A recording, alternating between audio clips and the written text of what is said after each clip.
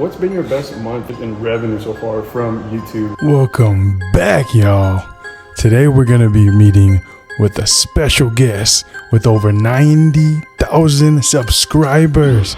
And he's going to reveal how he did it and how you can too. Be sure to stay to the end because I'm going to circle back on the gems that he's going to drop on us later today. Let's get it.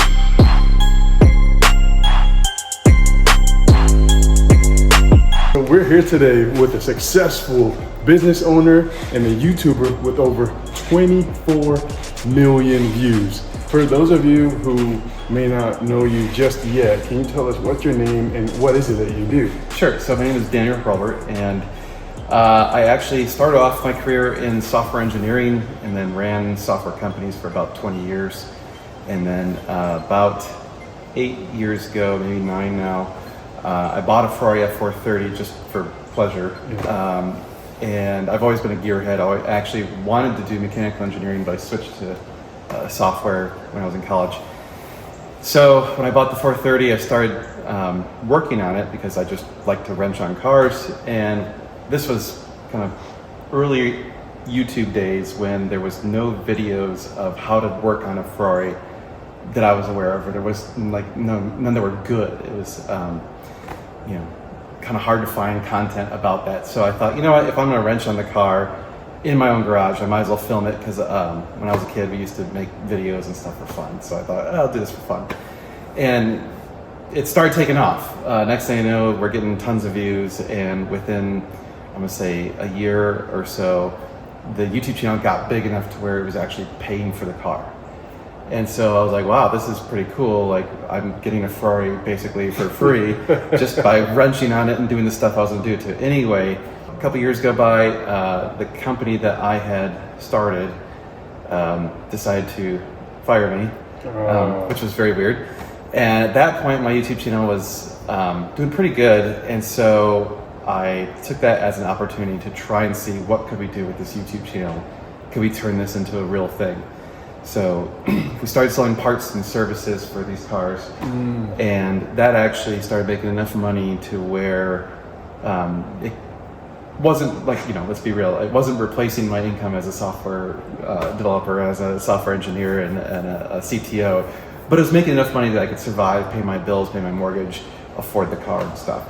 So I started pursuing that for a few years. That grew pretty good. I needed help, and then eventually, about 3.5, 4 years ago, we got into actually selling cars. So we opened up the dealership side of the business, and that really has been huge for us. And at that time I hired, or I shouldn't say hired, I brought in my friend Josh as a business partner.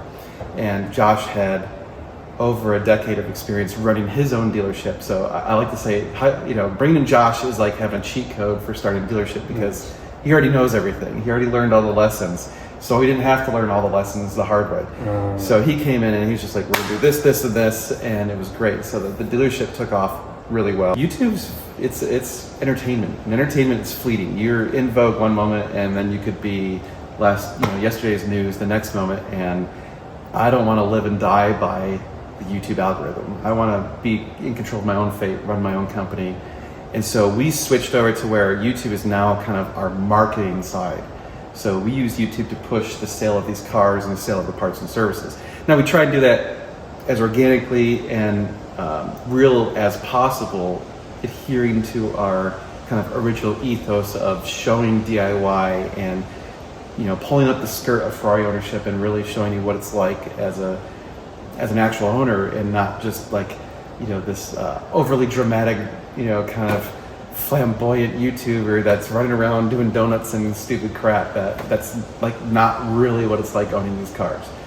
So and I think that's resonated well with our audience, because they appreciate it. Like, these are people who really actually want to buy the car. The number of people that we've sold cars to who are viewers of our channel and say, I bought a car because of your channel. It's certainly more than half of our customers. I did notice that 15 years ago, you have videos of you, bicycling. Yep. I see some from Costa Rica. and then it kind of goes into, you had this aquarium Yep. thing going on. But then about 8 years ago, you know, mind you, those aquarium videos and the Costa Rica videos, they're awesome, but they got maybe, you know, 38 views, 25 views. Under 100 for sure. But then 8 years ago, you post a video and it says, Meg takes her mom for a ride. All of a sudden, you get 1,500 views from this one video, and that's not where it stops.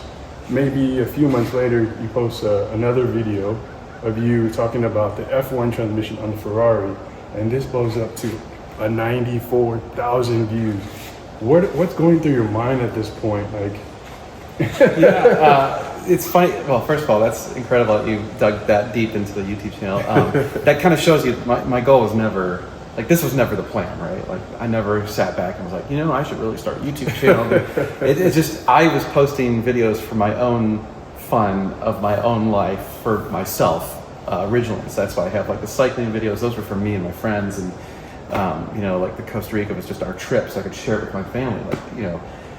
So when I got the car and I started posting these videos, I don't know. There was, like, for me, the real big inflection point was the 430 oil change video when I catastrophically spilled oil everywhere and, you know, made a complete disaster. And, you know, admittedly, that was like the first time I had changed oil in a car in probably like 5 years, right? Because, like, once I got into the software world, I wasn't exactly like wrenching on cars regularly, but I used to, as a, you know, when I was younger. So I was like, oh, you know, like, I'm screwing up, making mistakes. And that kind of, again, really set some core rules that I adhere to from myself, of like, show my mistakes, like, show the truth, never hide things for the sake of, you know, saving face, because that's how people learn. And so showing that screw up is actually really helpful, because, you know, the drain plug on the 430 is, you know, that big around. And I can't tell you the number of people who have since changed their own oil in a 430 and said, oh yeah, it splashed everywhere. And I'm like, well, you didn't learn my lesson, did you? You didn't use a deep enough pan. They're like, nope, I should have, you know. So, yeah, that kind of was this weird inflection point. And I was like, holy crap, like, I can't believe it's getting this many views. And not only was I getting views, but media was reaching out to me. wow. So like the DuPont Registry reached out to me and they wanted to do an interview, and the local news did an interview with me, and like, I'm like, man, maybe there's something here. Which, again, this is like early internet YouTube stuff where it was much easier to be successful, in my opinion. If, you know, like, I think the timing was fortunate. If I had been a few years earlier, I think it would have been much bigger. If I had been a few years later, I don't think you'd be seeing me here today, because the competition for views has gotten tremendous. And now, you know, we're doing what I'm gonna call like normal maintenance and normal things on these cars. And here's all these other YouTubers, you know, like, we bought a, you know, burnt to a crisp, wrecked Ferrari that's, you know, worthless, and we're gonna rebuild it. And, and so it's gone to this extreme that, in my opinion, isn't reality anymore. But it's fascinating, and fascination gets views. Like, if you're, you know, those late nights when you're clicking on YouTube, and next thing you're like, how the hell did I get here, right? Like, you look at some shit that you have no idea, no interest in, and be like, it's interesting, so I'm watching it. But it's not, you're like, you know, you don't seek it out. And I think that's the thing, is those fascination videos of rebuilding these crazy cars and stuff get views from people who don't even care about the cars. They don't care about anything. It's just interesting, right? And for us, when we first got going, it was interesting to see someone doing basic maintenance on a Ferrari, because where else did you ever see it? And there was so much misinformation about the Ferrari world. There's still a ridiculous amount of misinformation about Ferraris. People are still like, oh, Ferrari's gonna sue you and all this. It's nonsense. But that was a part of it, is we felt like, okay, if we can dispel these myths, show some truth, show like reality of this stuff, it resonates with the people who are actually wanting these cars. And to me, those are the people who actually want to buy things from us and help our business. Well, congratulations on your success so far. Thank you. What's been your best month just in revenue so far from YouTube, like branding and AdSense and Sure. Affiliate marketing and all? There's these massive spikes. Like if you were to look at our data, there's a couple of massive spikes. And there was like a 1 week period that was the best week the channel's ever had. And that was a combination of two things happened in rapid succession. One, I did some videos with Stradman. And so anytime you have a bigger YouTuber and are able to do a collaboration with them, it's going to help you out. And so he was in my video, and he actually mentioned us in his video, that's even more important. Like having him in my video is good. Having him talk about my stuff is even better, because then his viewers might come look at our channel versus, whatever. Anyway, so that happened. And in the same week, we went to this one 3-day event. And the first day was a drag racing event. I drag raced Cletus McFarland and got my ass kicked gladly. Right, I knew I was gonna get my butt whooped, but it was perfect opportunity. I'm like, I have to race him, so I'm like, hey, I need to race you just because it'd be fun. Super nice guy, really, really cool. So then I had that as a video. So I first had Stradman as a video, then I had racing Cletus McFarland and losing to him in a video, and then on the drive back to Austin from this event was when I got pulled over on live PD, and so that was the biggest one of the three. Interesting enough. But because I had 1, 2, 3 really powerful videos in a row that all three went viral and culminated with this live PD video that went over 1 million views, my channel gained almost 10,000 subscribers in 1 week, which was like, nothing's ever come close to that. I think the most I've ever gained in a month prior to that was like 5,000 maybe. And so that was just massive. As far as revenue, back then the ads weren't paying quite as much as they do now, and I want to say it made like $4,000 or so, which was great. I'm trying to think, that might be the best month as far as just AdSense revenue. We've had some affiliates make $3,000-$4,000 in a month, which is pretty cool. Like you yourself? Or? Yeah. Wow. So what were you affiliating with? So we did really well.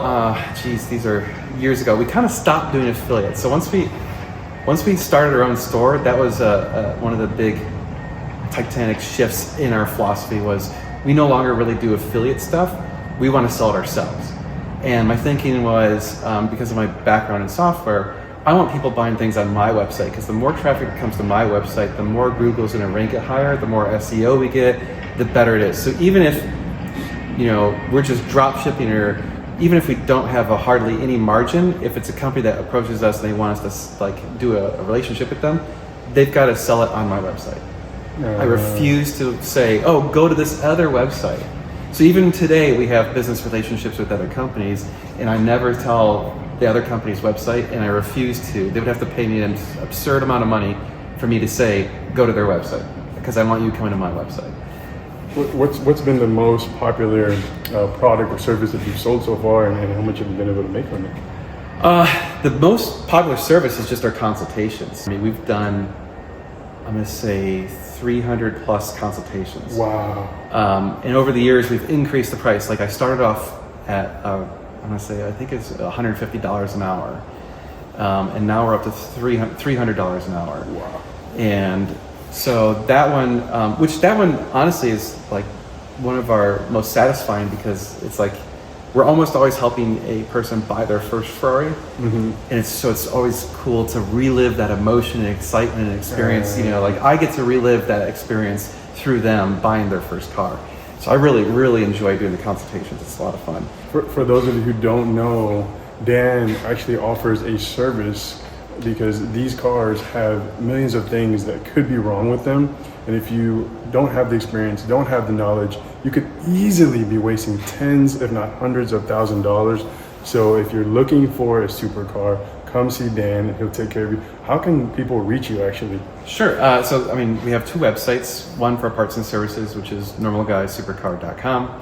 And then our dealership is ngsupercars.com. In a world of millions of YouTube channels, how do you distinguish yourself from the rest? We've consistently shown how to work on these cars and the reality of these cars, and I think that's kind of what kind of separates us from others. I remember when Hoovie's car caught on fire and he finally went over 100,000 subscribers. I remember when Tavares bought the twin turbo Huracan, or was it Gallardo, that had burnt to a crisp. I remember when Doug DeMiro did his Land Rover warranty video with CarMax. You know, those were the videos that propelled them. I just want to be like, oh, well, it's in this video we take out the clutch. You know, but like if I have some other person, they'd be like, oh my God, the car clutch exploded. You know, like, and that's gonna get way more views than we took out the clutch in a Ferrari.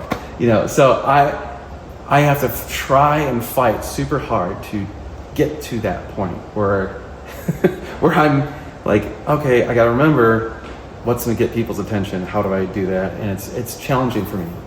I think what you're saying right now resonates with a lot of us, you know, that are trying to get our YouTube channel started. Dan says he sucks at, you know, getting people to click on his channels and keeping you there watching, but I would disagree.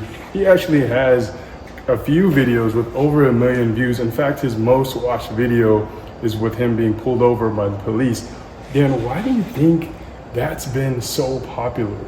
I mean, it's because it's salacious, right? It's drama, and drama sells. I think one of the big reasons why that video that I'm talking about is so popular is because what are the chances that, I think it was like a week or 2 weeks before that, you happen to be at a show filming this cop that was actually, you know, doing the most. He was doing U-turns, he was screaming on his loud phone, and then what are the chances that a week later you would be pulled over out of, you know, thousands of cops out there by the same exact cop? Yeah, that was a bit of like some ironic fate, right? Like, and you know, it was funny because in hindsight, like when I first got pulled over, I was really mad because I'm like, you know, this is such BS. Like he pulled me over for a front plate violation, and he claimed I didn't stop at the line, which I didn't.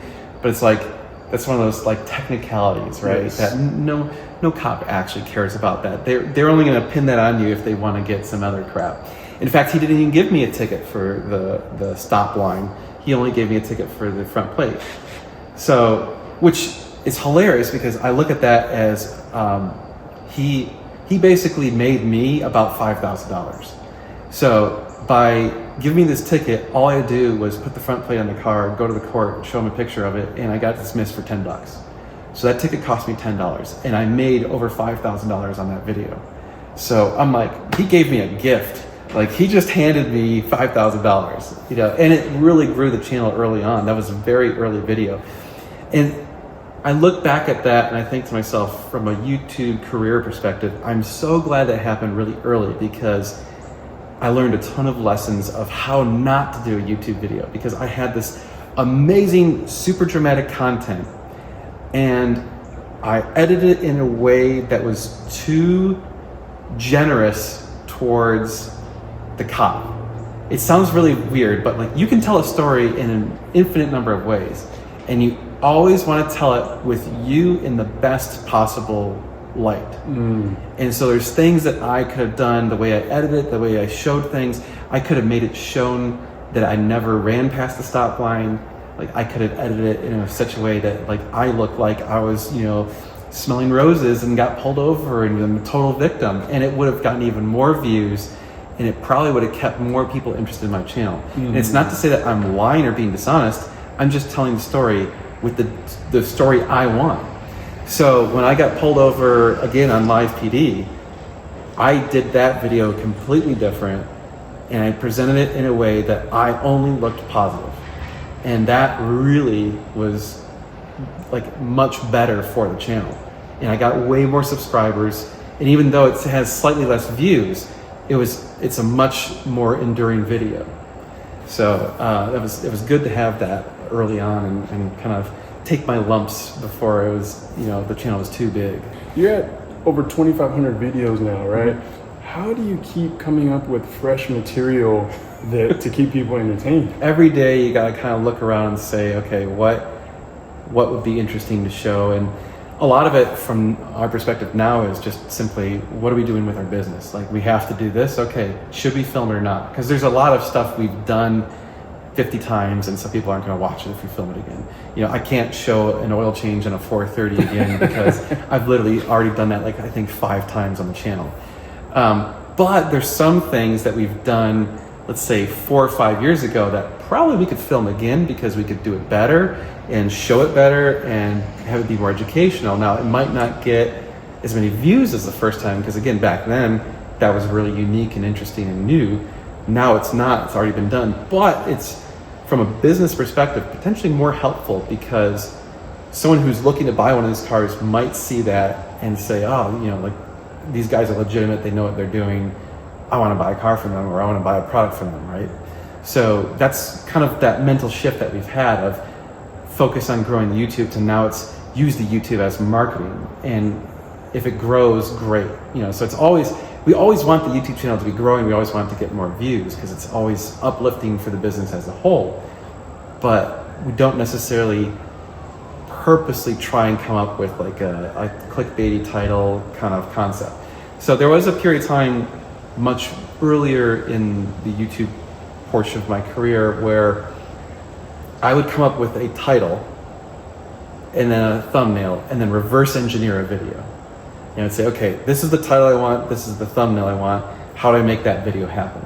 And that actually was really effective. Like, I could come up with some very, very good content that got a ton of views by doing it that way. So, you know, I think that's something that you can do if you're earlier in your YouTube career and have a lot of options for what you can do. I'm kind of limited because, again, like you said, we've done 2,500 videos. So I think, oh, we've done that, you know, like, so I can't just recycle content unless it's old, or I think we can do it like dramatically better. We've driven over 500 430s, but in this world, in this YouTube world, we can't show necessarily, you know, that that attitude in our videos. We have to be just as excited as the viewers are. 100%. So how do you keep that excitement in your voice, in your body language, you know, that just keeps people excited, you know, to see you excited about driving the next F430? Some of it's legit. Like, some of it's, I'm actually excited. Like, I really, this is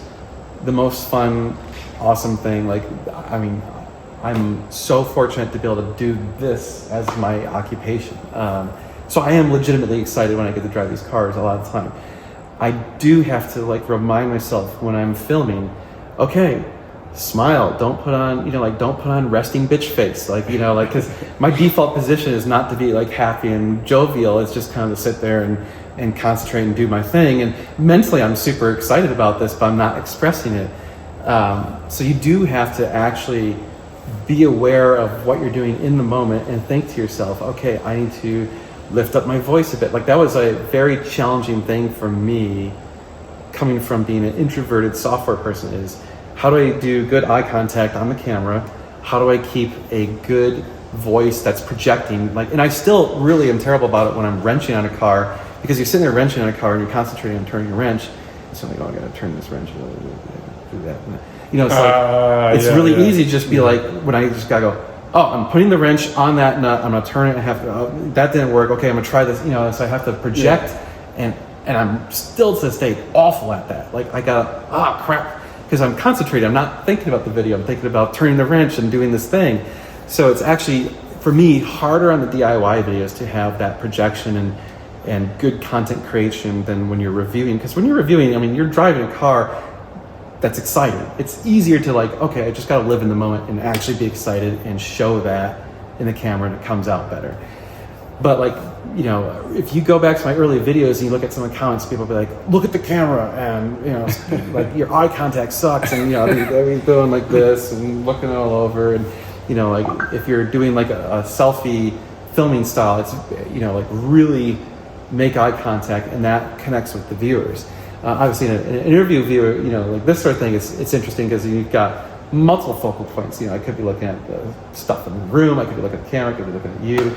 So it gives me more opportunity to not look like an idiot. What have been some biggest mistakes that you see YouTubers make? You always have to be hustling. If I don't produce content for an extended period of time, it is catastrophically punishing from the YouTube algorithm perspective. It takes me, like if I take a couple weeks off to go on vacation and I come back and I start producing videos, it can take me a month or two to get back to where I was. Wow. It resets really hard. And it's hard to get back into it from YouTube's algorithm to where it's promoting you the same. Now, it's, that being said, like at the same time, I mean, I've been doing this for long enough and had so many videos that there's times where I'm like, I have to stop. I just can't edit a video. I can't deal with YouTube because it's, you know, there's so many things that go on with producing YouTube content that make it hard, and it, like the whole thing is designed to beat you down if you're not in the right headspace. You know, you are 100% going to be told the most awful things about you you've ever heard in your life every single day, over and over again. So you have to be in a very confident headspace to be able to do this. And it's not like, you know, no one's immune to it. There are once in a while where like, oh, okay, that comment kind of got to me, and then I might reply in a way I don't like, and I'm like, shoot, I shouldn't have done that. But you know, at the same time, we're human, we're not perfect. I know I've talked to other YouTubers who have said they just simply don't even look at the comments. And I took a very different approach to comments on my channel, which was, I want to reply to almost every single comment that I can. And if you look, I've replied to almost every single comment over the entire time I've been doing this, which, you know, it's got to be hundreds of thousands of comments. So why I did that is because it forces people to really think, like if they're going to visit my channel once and then go away, it's really simple. I just ban them, or, you know, if they make some stupid, awful comment, go away, you're gone forever. But if you're going to hang out and watch my videos over and over and comment multiple times, it creates this relationship, it forms a community, and it makes you more interested and more involved, and you feel like you have this piece of the history of the channel that you helped create. The Howard Stern effect, right, where they talk about you know, the people who hate him watch him more than the people who love him. And so you get these haters, and sure enough, they will spend tons of energy to go out of their way to crap on you. And so what's funny is, because you know, this isn't a democracy and I just ban them as soon as they're idiots, they've gone to other places to bitch about me, which actually helps me. Because now they go somewhere else and they say, oh, did you see that asshole's video? And someone's like, no, I don't know who you're talking about. And they click on it and they come watch. So it's kind of like diabolically good, you know? Yeah. No, you bring a very interesting perspective. It's kind of like the video you did where you explained I think it was like 14 things that Doug DeMuro said wrong about the Ferrari. Sure. You've just maybe added on to you know, his exposure. Yeah, there's no way that Doug would see that video and be like, oh, that jerk, right? Like, he doesn't care, because all it's going to do is make people watch his video. We've been talking mainly about YouTube today, but what's your take on, you know, Instagram and TikTok and these other platforms? Do you think it's important to, you know, publish on those channels as well? Or what's your take on that? I think it depends in what industry you're in. So, yes and no, right? Like you got to find, is there a substantial ROI and does it benefit what you're trying to accomplish? So for us, we've tried everything and nothing gave us the lift in our business like YouTube. Like, it's not even close. So we could spend the same amount of energy we spend on YouTube, we could spend on any of the other platforms, and it would never help us as much as YouTube does.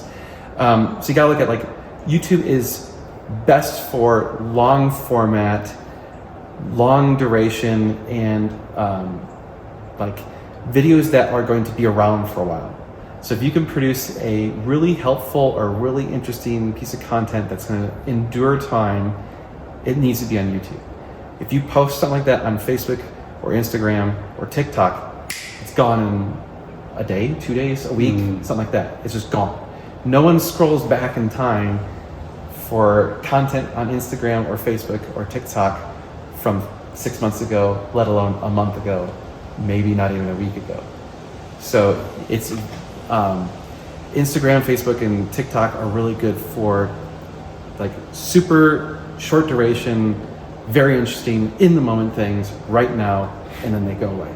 So I'm not saying that that's bad, right? That's just, it's not for what our business is trying to accomplish. For us, we're trying to build a longer term relationship with actual clients who want to buy cars and products from us. So how do you do that? You can't do it by giving them a 15-second video here and there.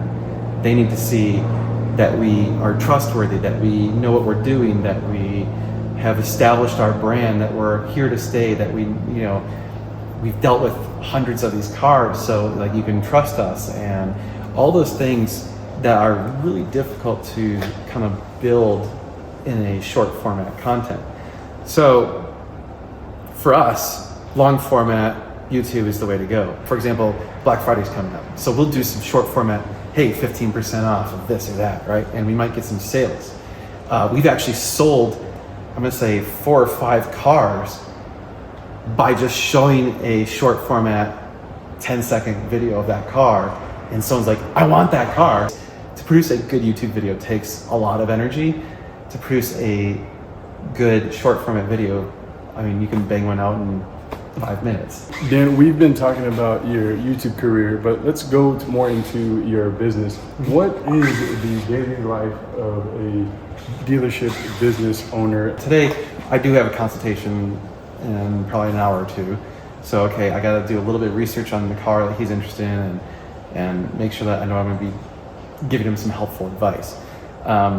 So that's for consultations. You know, those don't take a ton of time. Or, you know, for the hourly consultations, they're usually about an hour, and it usually takes me a little bit of time of prepping before it, and then you do the consultation, and that's kind of it. We have some days where we don't sell anything and we don't have to do anything. And we have other days where you sell, you know, a bunch of orders, and so we're having to literally package up parts, you know, ship them out, do whatever, or send off those orders to the third parties that drop ship, or, you know, whatever it takes to make those orders get fulfilled. So that can take up some time, but it's usually not a tremendous amount of time.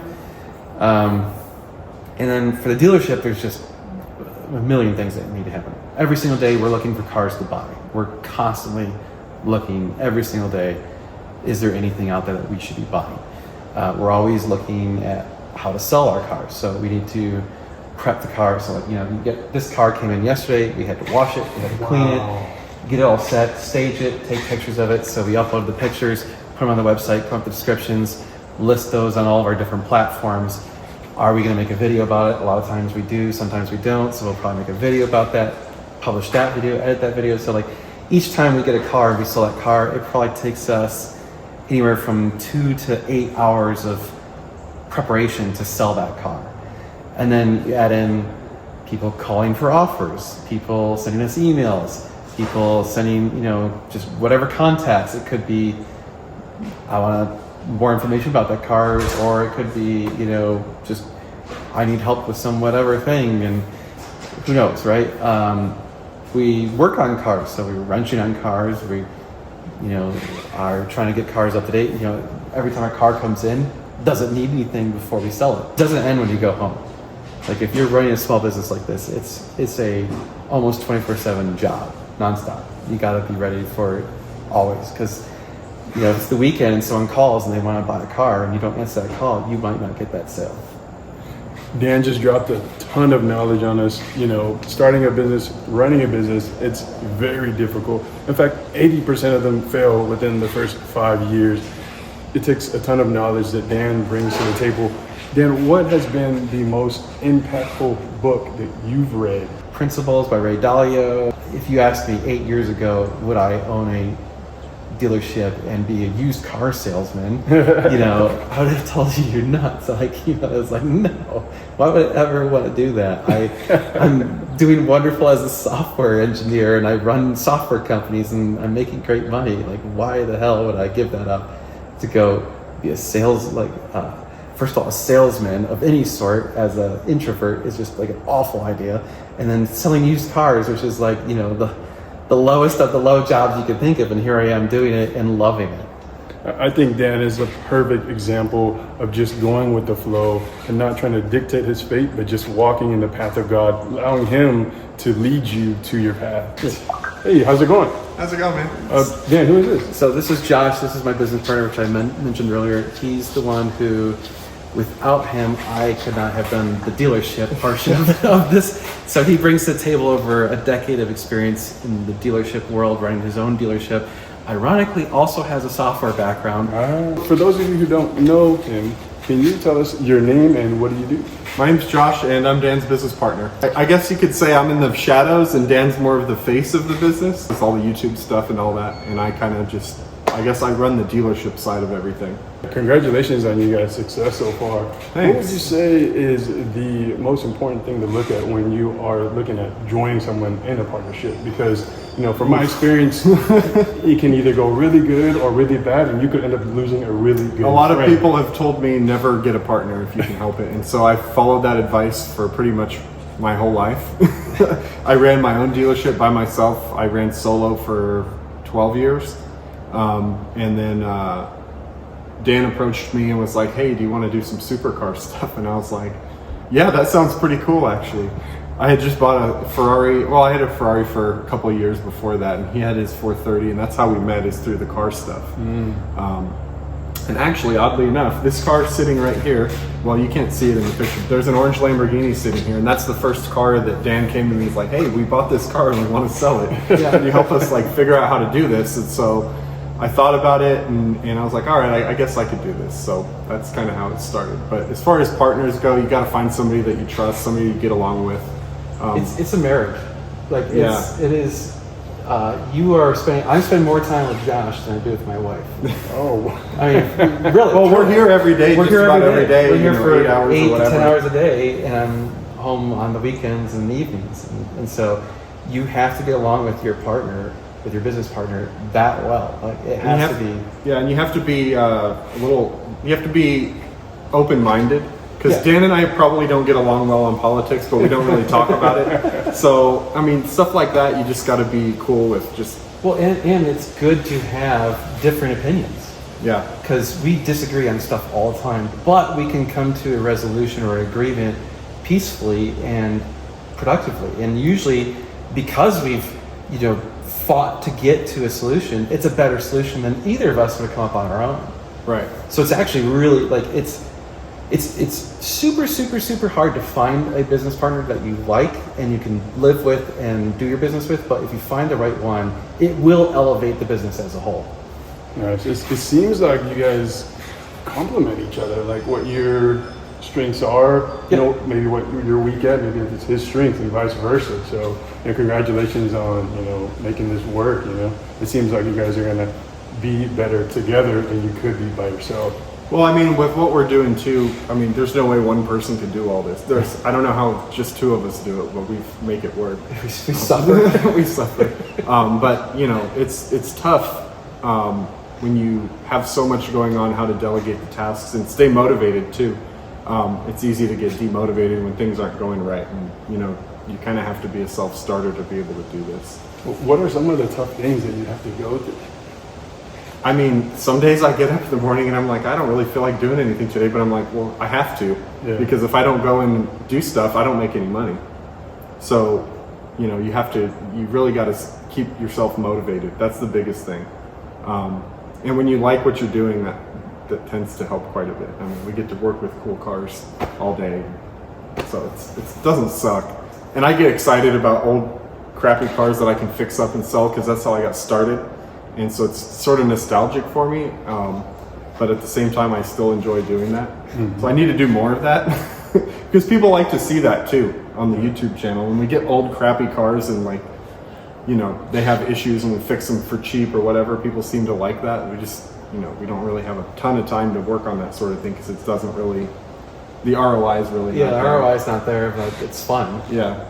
So speaking of excitement, I think many people want to know, Dan, what is your favorite car? Best car ever made is the 458. It's just the best Ferrari ever made, and I think it's one of the best cars ever made. The 430 comes in really close. It's not quite as good, but the 430 is a lot more affordable. So for most people, I think that's going to be it, and it will check all the right boxes. So those two cars are really kind of my top two affordable supercars, which, you know, is still like, all right, these are all still six-figure cars. You know, it's insane to even think about. Yeah. What say you, Josh? I agree with Dan on the 458.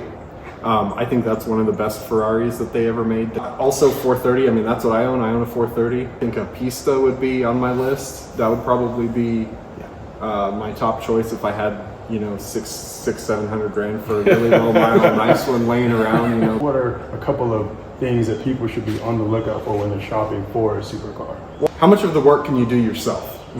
Because when it comes to a Ferrari, that's going to save you so much money in the long run. If you can change your own oil and maybe change your own valve cover gaskets and change a fuel pump, you're talking 10 grand. Oh, right there, yeah, 10 grand right there. If you can do that yourself, you're going to save 10 grand. To that point, it's funny is because I don't think about the costs of maintaining these if you can't DIY them, right? Like I have a harder time with that because I never did it. I always maintained it myself.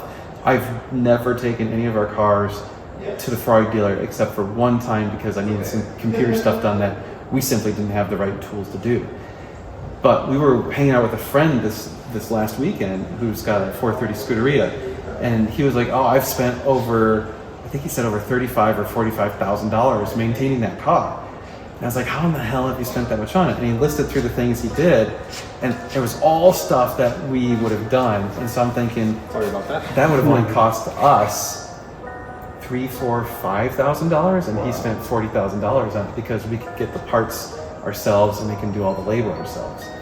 So that makes a huge difference and that's not to say like, is that wrong that he's spending that much on the car? No, that's just, if you aren't going to rent a new car, you need to factor that in. Like, owning that car could cost $30,000, $40,000 over the course of 5 or 10 years.